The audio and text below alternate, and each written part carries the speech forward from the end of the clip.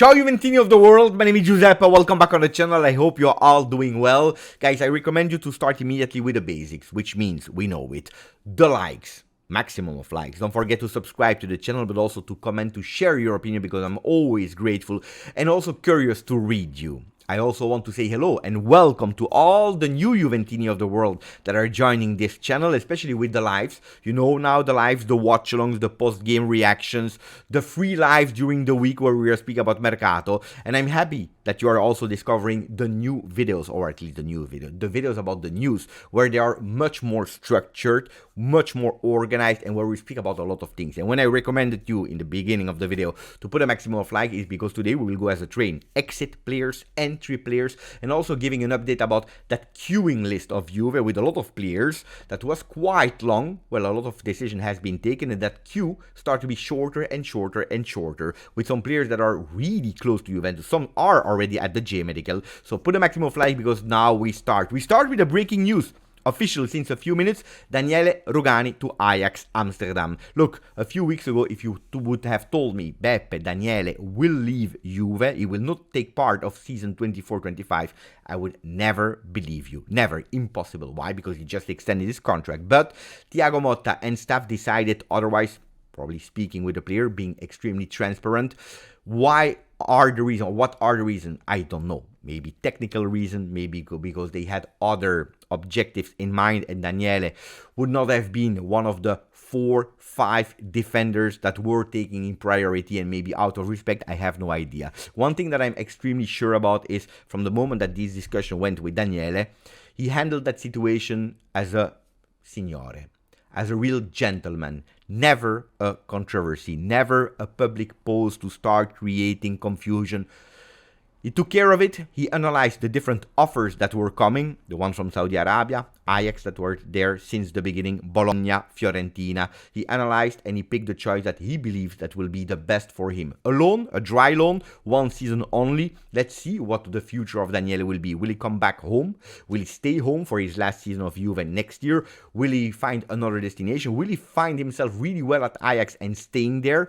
We don't know. I wish the best to Daniele, because if there is one thing that I can guarantee you, because I had the opportunity to meet him, to talk with him, to send a few messages during the last year, Daniele is a real gentleman. He's a real Juventino. He's a real fantastic person, a kind person that you don't find that much anymore in football. So best of luck to Daniele Rugani. One thing that honestly I want to tell you is that I start to be a bit scared. Because you know that I am a superstitious person. In 2024, I had the opportunity not only to go live with a lot of players, but also to meet them in real life, to have some physical contact, like a high five, like a hello, like a hug.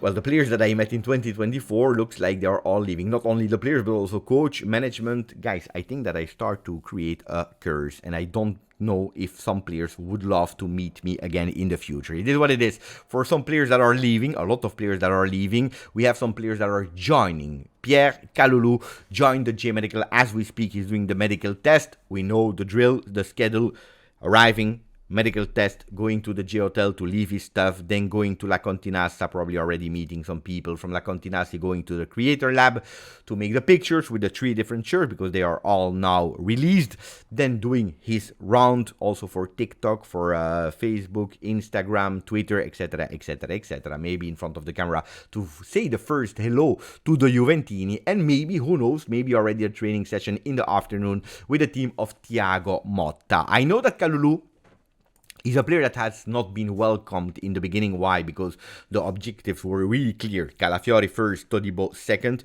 When you hear the name of Kalulu, of course, you don't want to welcome him because you see him as a C choice, as a D choice.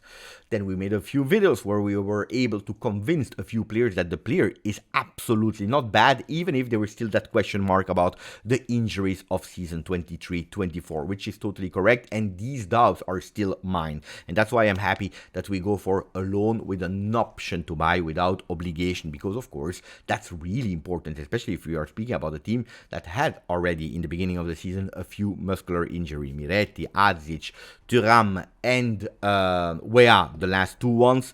We need to pay attention to these things. But about the player, I never doubted that he can be extremely useful for Juventus. Then another wave of controversy arrived when some journalists, some papers started to launch the rumor that he was not sure to join Juve, that he didn't want to join Juve except if he had a guaranteed starting spot.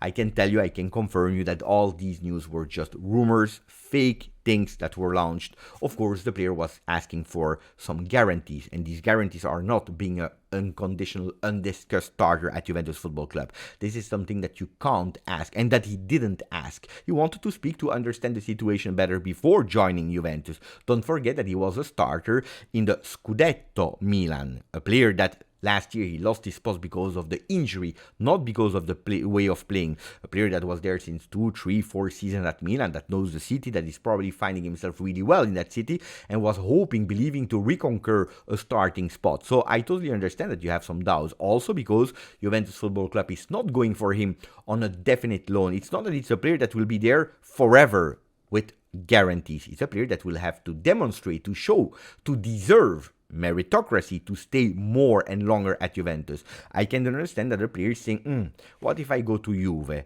I don't do well, and they send me back to Milan, where the players love, or the love of the fans will be totally gone. I can understand it. I can understand that you start doubting. But meritocracy is important for Thiago Motta. That's something that he said from the first day.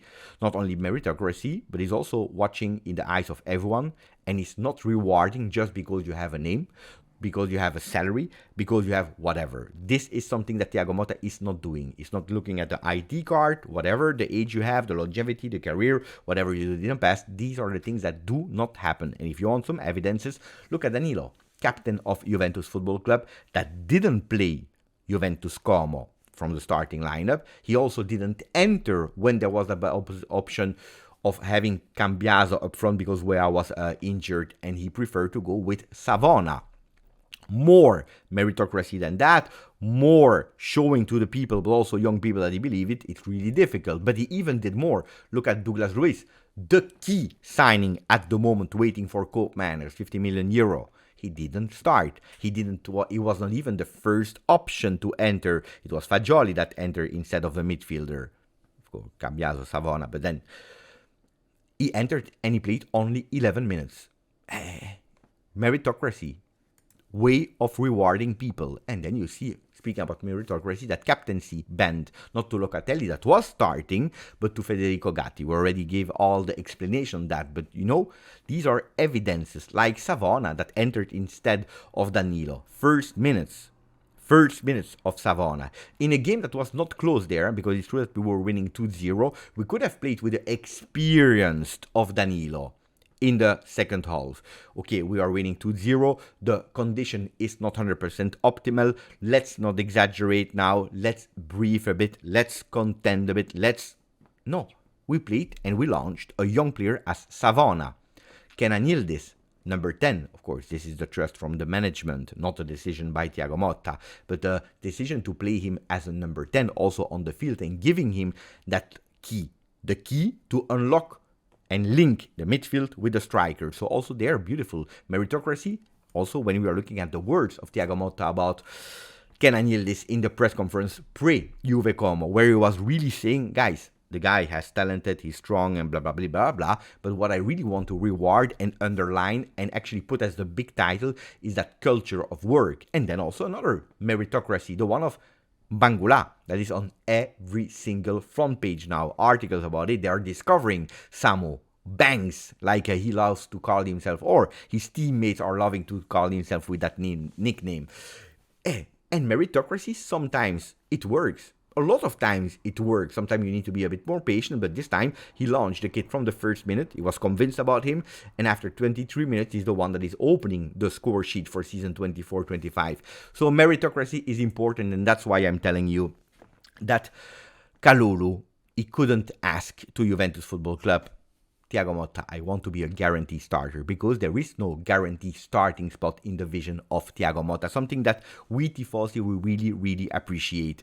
Now, Do we have some guarantees on the field? Well, probably we have some for the games against Verona. Why? Because the starting lineup with Thuram out, with Wea out, and with the players that didn't arrive yet, well, we go towards a Danilo playing from the start. We go with a Douglas Luiz playing and starting that game. Cambiaso playing a bit more up front. For what reason? Because if we are looking at the complete team at the moment, well, Kalulu will be there because he will sign his contract later today. You see that we are already starting to miss a few spots with the 4 players that are injured, Thuram, Miretti, Azic, and Wea. And we need to understand if Milik will be able to recuperate or not. So you see that in defense, we can play. In the midfield, we start having a bit of shortage there.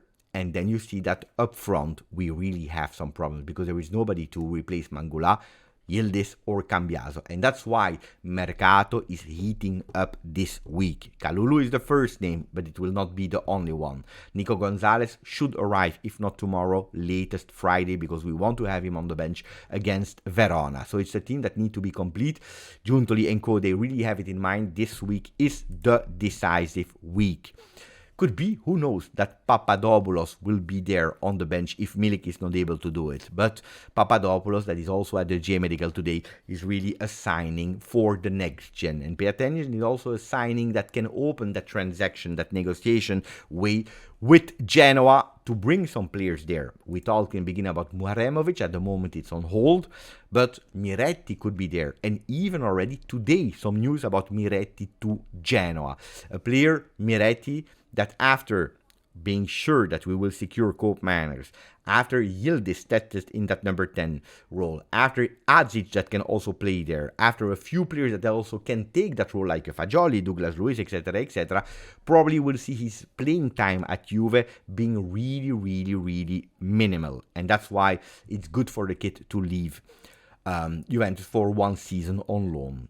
Different loan than Rugani, because if Rugani was a bench player at Juve and probably will never come back to be a starter at Juve, well, the hopes for Miretti, that is a huge big talent, are that he can come with a lot of baggage, with a lot of experience to become again an important player in the future of Juve. But Juventus, as we saw in that fictive lineup, they are missing players up front, offensive players, and Juventus know that after Kalulu, that is now done, and we don't speak about anymore about the defense, but after the midfield, now it's time to speak about the offensive wingers. With Nico Gonzalez, that is the first one.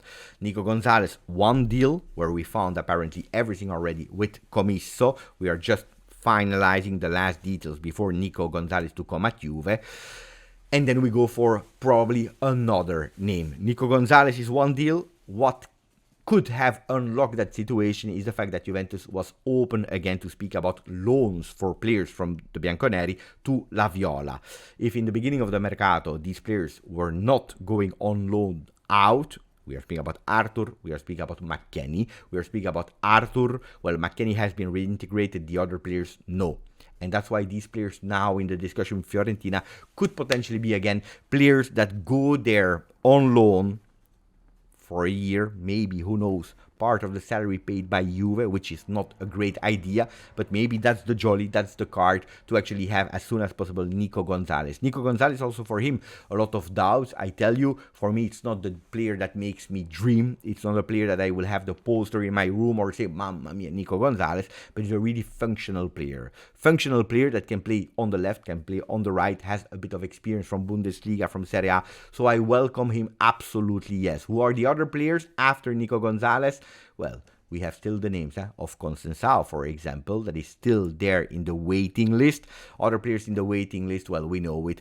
It is Sancho. At least this is what Gazzetta dello Sport are telling us. After being the number 1 target to reinforce the wings, but we were depending on Federico Chiesa, well, Sancho could come back. It's not a mystery that he can come back from the moment that we hear again that Federico Chiesa could possibly leave. Who are the teams on him? We heard a few, like Chelsea and Barcelona, but Barcelona is really serious if they can't go for Leao, because Leao is the first big name that Barcelona has in mind. Leao to Barcelona could be a problem for Juve, but could potentially also be a problem for Milan, and that's my idea, what they are not speaking about. If Leao would go to Barcelona, what if Chiesa could go and play offensively on the left side at Milan? could be an option. So pay attention to Federico going to Milan, or if they can't close the deal for Leao, maybe going to Barcelona. Federico said already yes to go to Barcelona. Could be a big option, but maybe it's a bit too early to go towards what Gazzetta dello Sport is telling us, because Gazzetta is already starting to imagine Nico Gonzalez playing on the left, Sancho going on the playing on the right, with Dusan Vlahovic in the middle, with Sancho running deep towards that corner kick. Nico Gonzalez is running towards that first spot, Vlahovic towards that left spot. Sancho is crossing, boom, boom, bada boom, goal. Crazy. No, because here, guys, to understand it really well, we are not speaking about Mercato, we are not speaking about details, we are not speaking about salary, we are already speaking, or at least Gazzetta dello Sport is already speaking about how they will play and how they will score. Incredible, incredible, grande Gazzetta. This was it for me with a shorter video. I hope you enjoyed it. Grazie, forza, Juve.